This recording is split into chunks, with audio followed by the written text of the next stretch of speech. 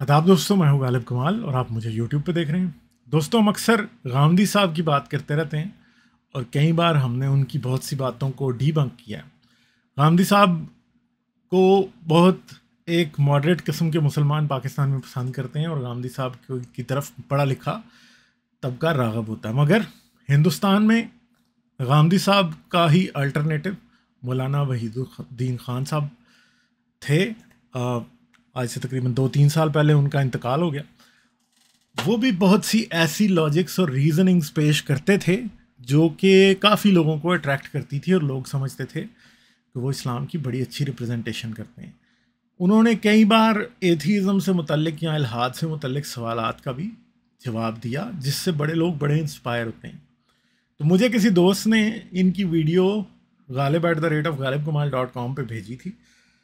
मुझे ये नहीं पता कि वो मुझे इनकी बात से कन्विंस करना चाहते थे या वो ये चाहते थे कि मैं इसको डीबंक करूं, मगर जो भी रहा, मैंने ये मुनासिब समझा कि ये वीडियो आई है तो अब इसको डीबंक कर देते हैं और इसके मुंदरजात पे जो बातें इसमें की गई हैं उनके ऊपर एक तफसील से बात करते हैं, ताकि ये पता चले कि वहीदुद्दीन खान साहब भी जब खुदा को साबित करने की कोशिश करते थे तो वो बड़े बुरे तरीके से फेल होते थे। ठीक है, तो चलें इस वीडियो को देखते हैं, उसके बाद हम बात करेंगे। From Nagma, how can we prove the existence of God?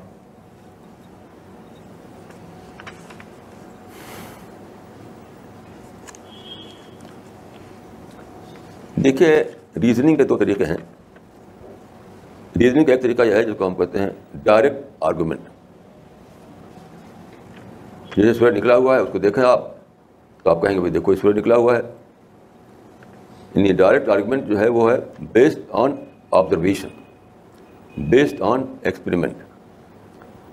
तो ये है डायरेक्ट आर्गुमेंट। लेकिन दुनिया में यानी बिलियन में एक चीज़ शायद ऐसी हो जो इस तरीके से प्रूव किया सके। बाकी सारी चीज़ें जो हैं वो हैं जिन पर डायरेक्ट आर्गुमेंट पॉसिबल नहीं होता। तो वहाँ पर क्या है, इन्फ्रेंशियल आर्गुमेंट। वहाँ सिर्फ इन्फ्रेंशियल आर्गुमेंट वर्क करता है। जैसे कि मैंने पिछली बार कहा था, तो ये बात कर रहे हैं डायरेक्ट आर्ग्यूमेंट और इन्फ्रेंशियल आर्ग्यूमेंट की। डायरेक्ट आर्ग्यूमेंट जिसको ये कह रहे हैं वो बेसिकली एविडेंस की बात कर रहे हैं कि किसी चीज़ का एविडेंस मौजूद होता है, किसी चीज़ का एविडेंस मौजूद नहीं होता। तो बेसिकली जिसको वो आर्ग्यूमेंट कह रहे हैं वो आर्ग्यूमेंट नहीं है, वो एविडेंस है।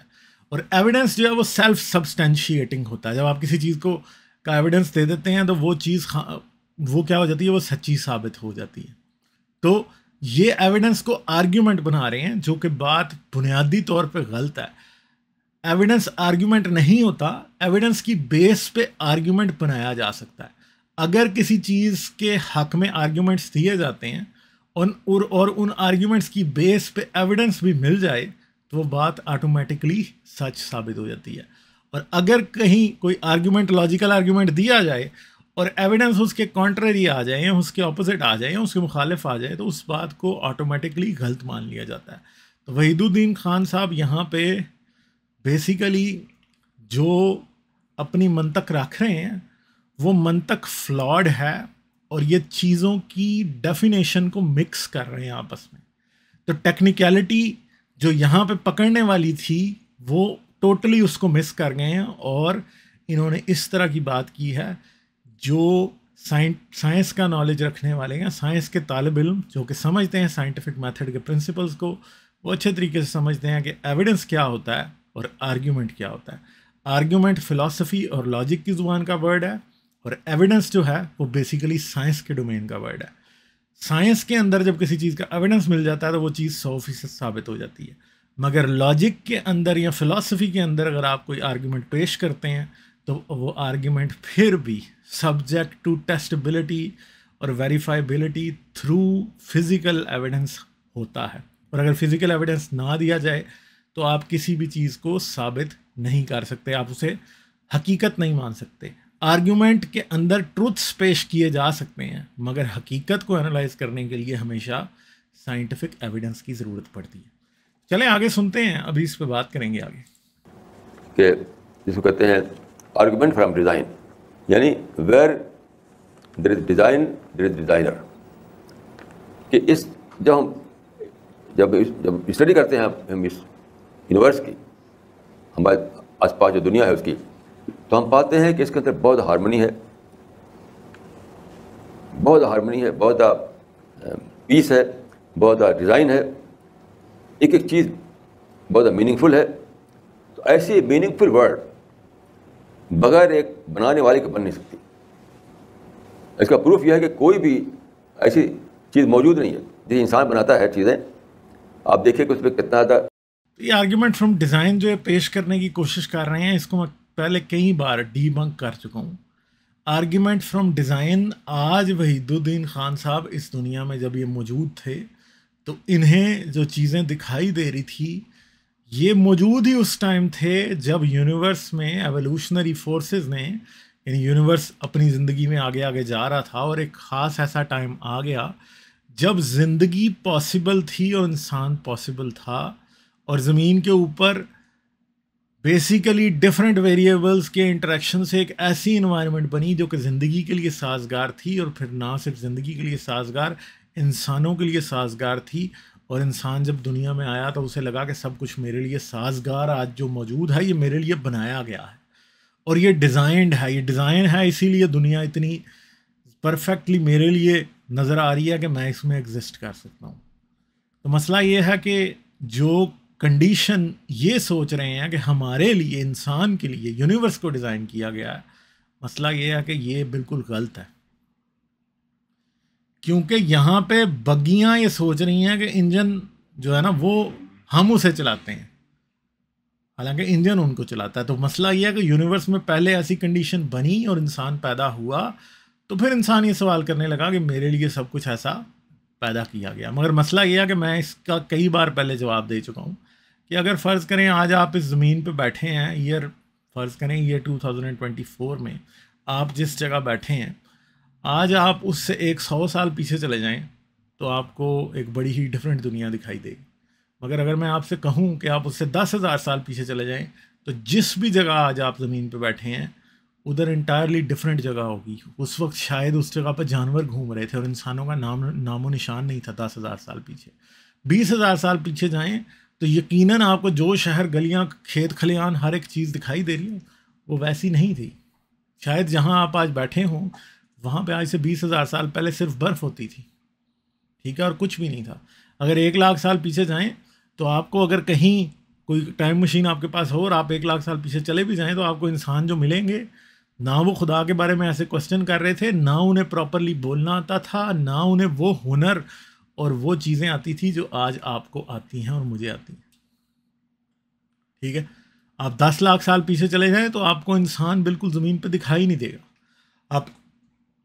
आप 10 करोड़ साल पीछे जाएं तो आपको कुछ भी दिखाई नहीं देगा इंसानों जैसा, और आपको ज़मीन के ऊपर डायनासोर्स और उनसे मिलती जुलती मखलूक़ात या पैदा होने वाले जानवर दिखाई देंगे। मगर वही अगर आप 1 अरब साल पीछे चले जाएं तो आपको ज़मीन बिल्कुल बंजर और सुनसान दिखाई देगी।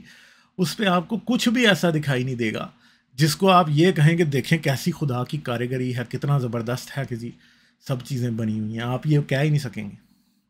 और अगर फ़र्ज़ करेंगे आप 10 अरब साल पीछे चले जाएं या 5 अरब, 5.5, 6 अरब साल पीछे चले जाएं, तो अगर आपको स्पेस के उस एरिया में ले भी आया जाए जहाँ पे इस वक्त सूरज और ज़मीन मौजूद हैं, तो आपको वहाँ कुछ दिखाई नहीं देगा, क्योंकि ना तो सूरज था और ना ज़मीन थी। आज से 6 अरब साल पहले, 6 बिलियन ईयर्स पहले ये दोनों नहीं थे।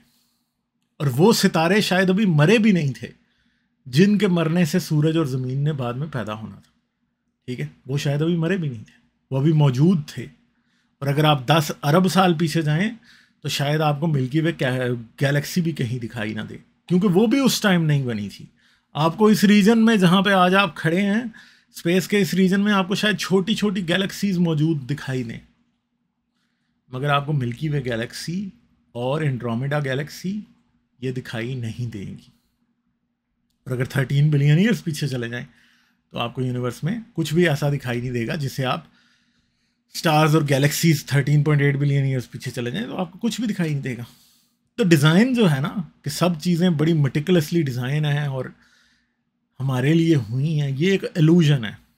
ये अमनीजिया की वजह से एक इल्यूजन है। इंसान को कुछ याद ही नहीं है, इंसान जानता नहीं है, इंसान उन वक्तों में मौजूद नहीं था, इसलिए इंसान को लगता है कि सब कुछ मेरे लिए बनाया गया, हालांकि इंसान के लिए कुछ नहीं बनाया गया। अगर फ़र्ज़ करें आज से 1 बिलियन साल बाद आप चले जाएं तो ज़मीन पे आपको ज़िंदगी नज़र ही नहीं आ सकती, क्योंकि सूरज जो है आज से 1 बिलियन साल बाद शायद इतना गर्म हो चुका होगा कि ज़मीन के ऊपर से जो ज़मीन के ओशंस हैं वो सारे के सारे बेसिकली गैस बन के उड़ गए होंगे। यहाँ तो उसकी वीनस जैसी सिचुएशन होगी, या फिर आहिस्ता आहिस्ता ज़मीन का एटमॉस्फेयर के अंदर जितनी गैसेस मौजूद हैं वो स्पेस में एस्केप होती रहेंगी और आहिस्ता आहिस्ता ज़मीन पे कुछ भी नहीं बचेगा, जैसा कि मार्स के साथ हुआ है। तो ये तो हम टाइम की बात करते हैं ना। फ़र्ज़ करेंगे अगर आज ही वहीदुद्दीन खान साहब को उठा के उसी पॉइंट पे जिस पे ये बोल रहे थे, इनको एकदम टेलीपोर्ट किया जाता और ये मार्स पे पहुंच जाते, तो क्या मार्स पे बैठ के ये कह सकते थे कि डिज़ाइन है? क्या वीनस पे बैठ के कह सकेंगे कि डिज़ाइन है? चांद पे बैठ के कह सकेंगे कि देखें कितना सब कुछ डिज़ाइन है, ज़िंदगी है, फ़लान हम कहाँ हैं? तो समझने की बात यह है कि ज़िंदगी वहीं पे पैदा हुई जो ज़मीन गोल्डीलॉक्स जोन में थी और एक ख़ास टाइम के मुताबिक गोल्डीलॉक्स जोन में थी। ठीक है, यानी ज़मीन के ऊपर ज़िंदगी के लिए और सोचने वाली ज़िंदगी के लिए पूरी कंडीशंस पैदा हो गई थी, इसलिए सोचने वाली ज़िंदगी पैदा हुई। आज से 65 मिलियन साल पहले, यानी 6 करोड़ और 50 लाख साल पहले ज़मीन पे डायनासोर्स मौजूद थे, मगर उस टाइम बैठ के कोई भी ये सवाल नहीं पूछ रहा था कि इस यूनिवर्स का कोई क्रिएटर है कि नहीं, इसलिए कि डायनासोर्स के पास ये सोचने की खासियत ही नहीं थी, उनके पास ये सोचने की सलाहियत ही नहीं थी। तो मसला ये है कि लोग समझते हैं कि ये सवाल जो है ये इम्पॉर्टेंट है कि हम मौजूद हैं तो क्या हमें किसी ने डिज़ाइन किया है। मसला ये है कि अगर आप और हम बगैर डिज़ाइन के भी उस पॉइंट पे पहुंच जाएंगे जिधर आज हम पड़े हैं, तो फिर हम ज़रूर ये सवाल करेंगे कि क्या हमें किसी ने बनाया है। और मैं कई बार ये सोचता हूँ, भी वहीदुद्दीन खान साहब भी यहाँ पे कह रहे हैं कि इंसान के बनाए बगैर कोई चीज़ नहीं बनती। मसला ये है कि इंसान क्योंकि चीज़ों को बनाने का इतना आदी है पिछले कई लाख साल से, तो वो ये समझता है कि कोई चीज़ बनाए बगैर नहीं बन सकती। हाँ, क्योंकि उसको ये नहीं पता कि वो इवॉल्व हुआ है और ज़मीन पे पाई जाने वाली हर चीज़ इवॉल्व हुई है। अगर आप ज़मीन की सरफेस देख लें तो पिछले 4.6 बिलियन ईयर्स के दौरान ये भी इवॉल्व हुई है।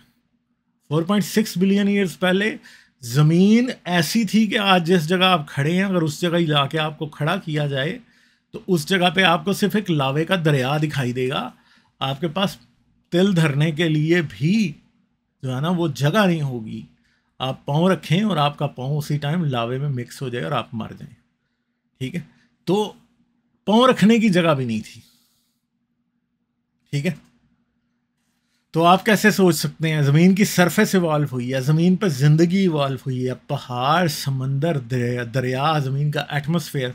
एक बात करते हैं, आज से तकरीबन 3 बिलियन साल पहले चले जाएं और आपको उस ज़मीन पर ले जाके खड़ा कर दें तो आप एक सांस भी नहीं ले पाएंगे। क्यों? ज़मीन के अंदर ऑक्सीजन ही नहीं थी उस वक्त, फ्री ऑक्सीजन एटमॉस्फेयर में मौजूद ही नहीं थी। वहीदुद्दीन खान साहब जैसे या मुझ जैसे या किसी जानवर जैसे, किसी मुर्गी जैसे, किसी उकाब जैसे, किसी शेर जैसा जानवर ज़मीन की सरफेस पे 4 सांसें नहीं ले सकता था, क्योंकि ज़मीन के एटमॉस्फेयर में ऑक्सीजन मौजूद ही नहीं थी।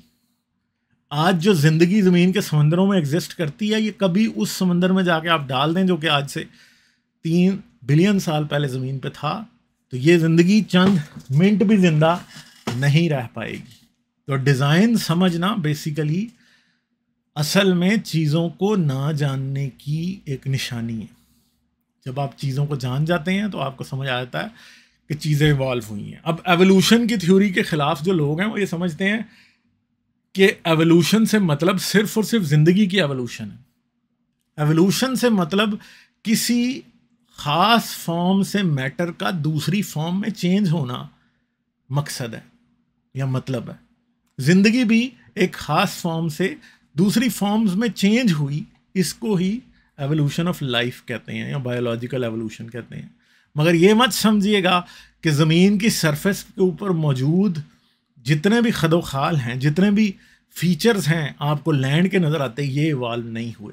आप जिस भी जगह खड़े हैं आज से 1 मिलियन साल पहले ये जगह वैसी नहीं थी जहाँ भी आप खड़े हैं। अगर आप किसी वादी में बैठे थे तो शायद वहाँ पहाड़ था, अगर आप किसी दरिया के किनारे बैठे थे तो शायद वहाँ सहरा था, अगर आप किसी ऐसी जगह बैठे हैं जहाँ सहरा था तो शायद 1 मिलियन साल पहले वहाँ पे बर्फ़ थी और आप ये बात नहीं जानते। तो बात बड़ी सिंपल सी है, बात बहुत सादा सी है कि वक्त गुजरने के साथ साथ मैटर अपनी फॉर्म्स चेंज करता है, क्योंकि कंटिन्यूस एक्सचेंज ऑफ एनर्जी होता रहता है। और मैटर को जब एनर्जी मिलती है या उससे एनर्जी छीनी जाती है तो वो अपनी फॉर्म को चेंज करता है। ठीक है, तो इसी तरह इसी यूनिवर्स में हर चीज़ ने अपनी फॉर्म चेंज की है, हर चीज़ बदली है, चाहे प्लैनेट्स हों, चाहे मून्स हों, चाहे स्टार्स हों, चाहे गैलेक्सीज हों, चाहे यूनिवर्स इटसेल्फ क्यों ना हो। तो ये समझना कि किसी पॉइंट के ऊपर ये डिज़ाइन किया गया है हमें यहाँ तक पहुँचाने के लिए, नहीं। यूनिवर्स में मैटर की रविश चल रही थी, मैटर अपनी आदत के मुताबिक एक ख़ास तरह से आगे बढ़ रहा था, और उस ख़ास तरह से आगे बढ़ने में कई बार ऐसे पॉइंट्स आएंगे जब टेम्परेचर, प्रेशर और एलिमेंट्स की अवेलेबिलिटी इस तरह की होगी कि ज़िंदगी बन पाएगी। ये आप मत समझिए कि ज़िंदगी सिर्फ प्लैनेट्स पे ही बन पाएगी, ज़िंदगी तो मीटराइट्स में भी बन पाएगी। हो सकता है हमसे 100, 200, 300 लाइट ईयर्स दूर कोई और प्लैनेट हो जहाँ पे ज़िंदगी मौजूद हो। वो ज़िंदगी किस स्टेज पे होगी हम ये नहीं जानते। हो सकता है वो उस स्टेज पे हो जो हम आज तकरीबन 2 अरब साल पहले, 2 बिलियन साल पहले थे कि ज़मीन पर सिर्फ माइक्रो ऑर्गेनिजम्स थे। हो सकता है वो उस स्टेज पे हो जिस पे आज से 1 बिलियन साल पहले थे हम, या 100 मिलियन साल पहले थे, या 50 मिलियन साल पहले थे। हम नहीं जानते कि वो किस स्टेज पे होगी, मगर किसी ना किसी स्टेज पे अगर लाइफ ओरिजिनेट हुई है तो वो ज़रूर होगी। ठीक है, ये हम नहीं जानते कि आया है भी या कि नहीं है। जब तक हमें मिलेगी नहीं तब तक हम इस बात को मानेंगे नहीं। इस बात पे हम ईमान नहीं रखते, हम इस बात पे स्पेक्यूलेट करते हैं। ईमान रखने की बात नहीं है कि हाँ जी ऐसा लाजमी हुआ होगा। हाँ, जब एविडेंस मिलेगा हम उसे मान लेंगे, और जब तक एविडेंस नहीं मिलता तब तक मुझ पे और आप पे फ़र्ज़ भी नहीं है कि हम ये माने कि यूनिवर्स में और जगह ज़िंदगी है। ये क्वेश्चन मैटर नहीं करता।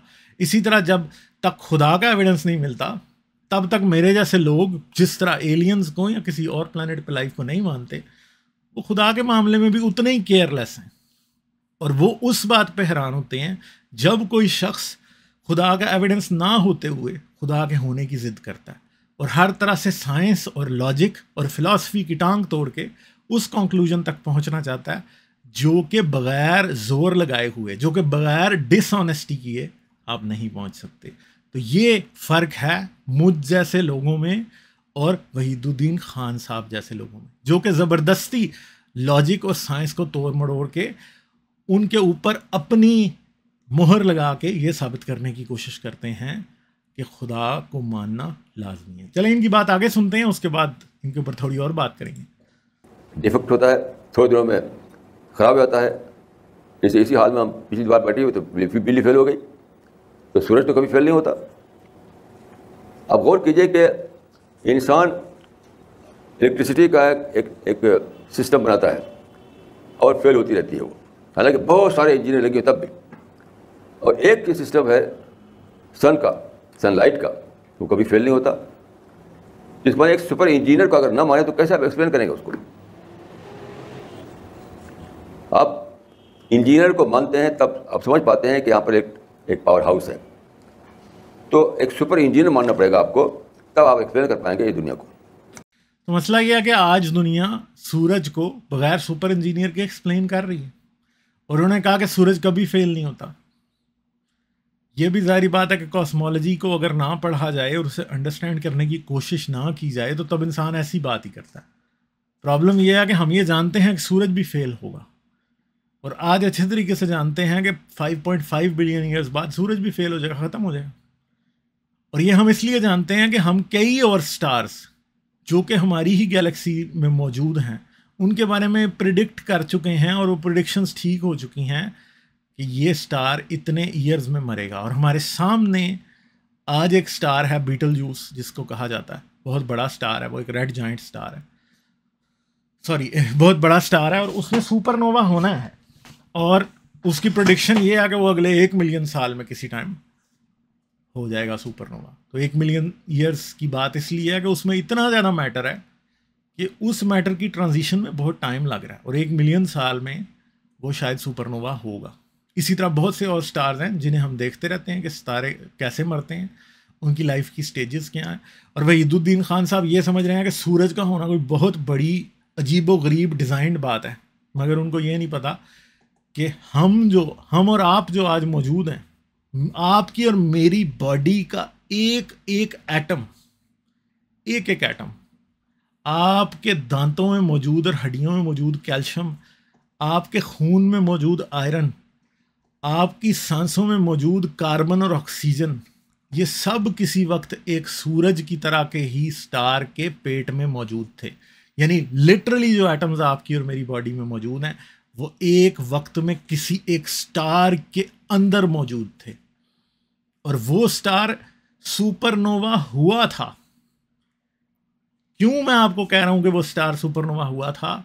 क्योंकि आपकी और मेरी रगों में दौड़ने वाला खून जो है उसमें आयरन है, और आयरन सुपरनोवा की एक्सप्लोजन के बगैर नहीं बनता।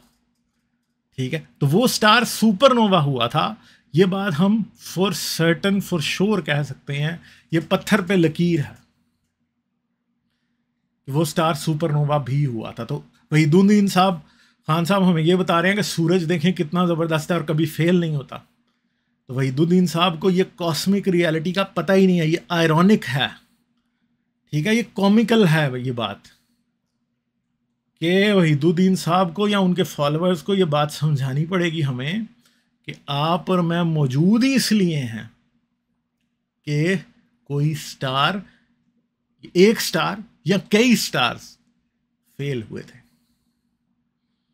ठीक है, यानी ये समझते हैं कि स्टार्स फेल नहीं हो सकते। तो मसला ये है कि स्टार अगर फेल ना हुआ होता तो आप और मैं हो ही नहीं सकते थे, और पता नहीं कितने स्टार्स के फेल होने से आप और मैं बने हैं। क्या पता वो स्टार्स कितने थे, क्या पता आपके राइट हैंड में मौजूद, कार्ल सेगन ने कहा था एटम्स किसी एक स्टार से आए हों, लेफ्ट हैंड में मौजूद किसी दूसरे स्टार से आए हों। ठीक है, हम नहीं जानते कि कितने स्टार्स थे वो, मगर कम से कम एक तो ज़रूर था जो फेल हुआ था, जिससे आपकी और मेरी रगों के अंदर खून जो दौड़ रहा है उसमें आयरन है, और उस आयरन के बगैर आप और मैं ज़िंदा भी नहीं रह सकते। ठीक है, तो मौलाना साहब बड़े अच्छे तरीके से बात करते हैं, मगर मसला ये है कि प्रॉब्लम वही है कि आम तौर पे जो लोग मज़हब में ही घुसे रहते हैं वो कभी साइंस को इतने अच्छे तरीके से स्टडी करने की या समझने की कोशिश नहीं करते कि उनको ये छोटी छोटी हकीकतें समझ में आ जाएं जिसका जिक्र मैंने अभी किया। ठीक है जी, चलें इनकी बात और आगे सुनते हैं, फिर बात करेंगे।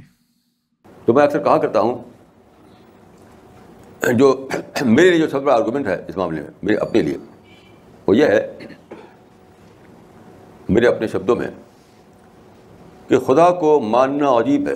अजीब का मतलब होता है स्ट्रेंज, अनोखापन।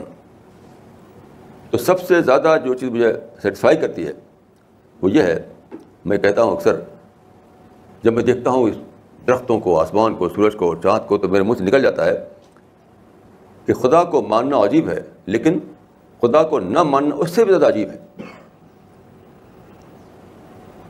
अक्सर मुझे मुंह से निकल जाता है जब देखता हूँ इस वंडरफुल वर्ल्ड को, कि खुदा को मानना अजीब है, लेकिन खुदा को न मानना उससे भी ज़्यादा अजीब है।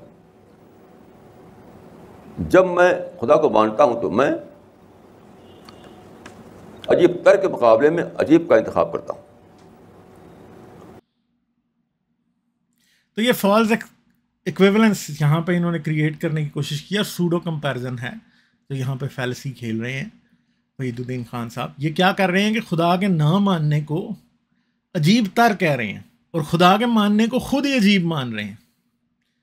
तो मसला यह है कि इनके कहने से खुदा को मानना अजीब और ना मानना अजीब तर नहीं हो जाएगा, क्योंकि मसला यह है कि मंतक और साइंस के असूलों के मुताबिक, लॉजिक और साइंस के असूलों के मुताबिक, किसी भी चीज़ जिसका एविडेंस नहीं दिया जाता उसे रिजेक्ट किया जा सकता है।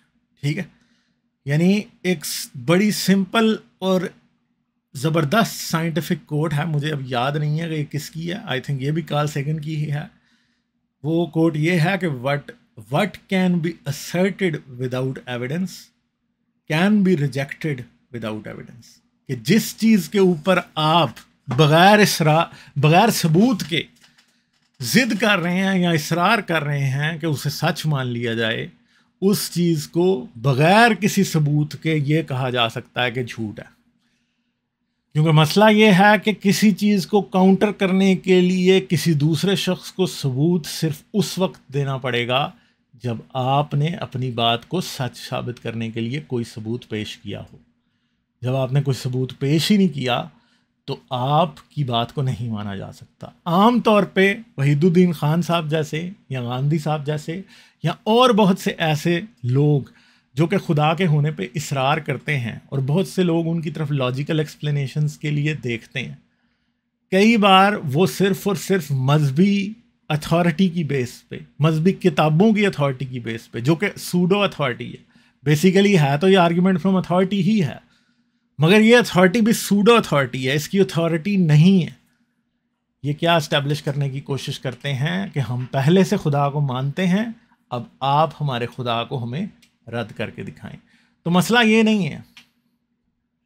साइंस को मानने वाले लोग और इनकार खुदा करने वाले लोग हमेशा उन्हीं चीज़ों को रिजेक्ट करते हैं जिनका एविडेंस नहीं होता। जैसे कि एक सिंपल बात है कि मैंने बीच में इस वीडियो के इस बात की एग्जांपल दी थी कि हम इस बात पे स्पेकुलेट कर सकते हैं कि एलियंस मौजूद होंगे, मगर मैं आपसे ये एक्सपेक्ट नहीं करता कि आप इस बात पे ईमान रखें कि एलियंस मौजूद हैं, और ना मैं खुद इस बात पे ईमान रखता हूँ।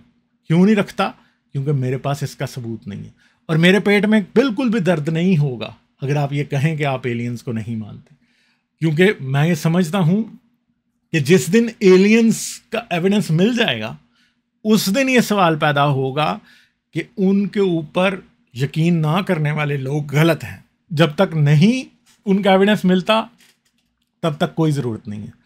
और मैं क्योंकि सच्चाई का दाई हूँ, मैं सच्चाई को मानता हूँ, मैं हकीकत को टटोलना चाहता हूँ, इसलिए मैं आपसे कभी इस बात पे इसरार नहीं करूँगा कि आप एलियंस पर ईमान रखें, और अगर आप नहीं रखेंगे तो आप जहन्नम में जाएंगे। मसला ये है कि अगर हम एक ऐसी चीज़ जो कि इंटायरली पॉसिबल है, साइंटिफिक रेल्म में हम जानते हैं कि इस बात की पॉसिबिलिटी है, हम उसके लिए आपसे इसरार नहीं कर रहे, तो आप फिर हम जैसे लोगों के एटीट्यूड को समझें कि हम किसी भी उस चीज़ के ऊपर एतबार नहीं करेंगे या ईमान नहीं रखेंगे जिसका एविडेंस नहीं है। तो बर्डन ऑफ प्रूफ किस पे है? अगर मैं एलियन के होने पे इसरार करूं तो बर्डन ऑफ प्रूफ मुझ पे है। अगर मैं प्रूफ नहीं दे सकता तो आप अपनी जगह हक बजानब हैं कि आप ये कहें एलियंस एग्जिस्ट नहीं करते, और मैं गलत हूँगा अगर ये इसरार करूँगा कि एलियंस एग्जिस्ट करते हैं और आपको उन पर ईमान रखना है, चाहे उनकी एग्जिस्टेंस कितनी भी प्लॉजिबल क्यों ना हो। मगर मसला ये है कि खुदा के मामले में ऐसा कुछ नहीं है। मैंने पिछली वीडियो में बड़े अच्छे तरीके से आपको ये बताया था कि आफ्टर लाइफ कैसे बनी, ठीक है, और मैंने ये उसमें ज़िमनन ये भी बताया था कि खुदा कैसे ईजाद हुआ।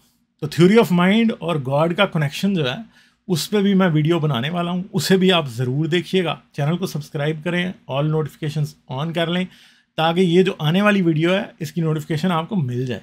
इसके साथ साथ अगर आप इस चैनल की फ़िलासफ़ी से एग्री करते हैं और आप जानते हैं कि इस चैनल पर जो बातें की जाती हैं वो लोगों को एजुकेट करने के लिए की जाती हैं, तो इस चैनल को आप जैसे लोगों की हेल्प की ज़रूरत है। आप क्या कर सकते हैं? पेट्रियन के थ्रू इस चैनल की मेंबरशिप लेके इस चैनल की हेल्प कर सकते हैं। चैनल की अपनी मेंबरशिप्स खुली हैं, वो आप ले सकते हैं। इसके साथ साथ आप इस चैनल को पेपॉल या बाय मिया कॉफ़ी पे भी सपोर्ट कर सकते हैं। अपना बहुत सा ख्याल रखिएगा। उम्मीद है कि आपको इस वीडियो से बहुत सी बातें समझ आई होंगी। ये भी याद रखिए कि चैनल का मेन पेज पाकिस्तान में ब्लॉक है और बहुत सी वीडियोस भी ब्लॉक है।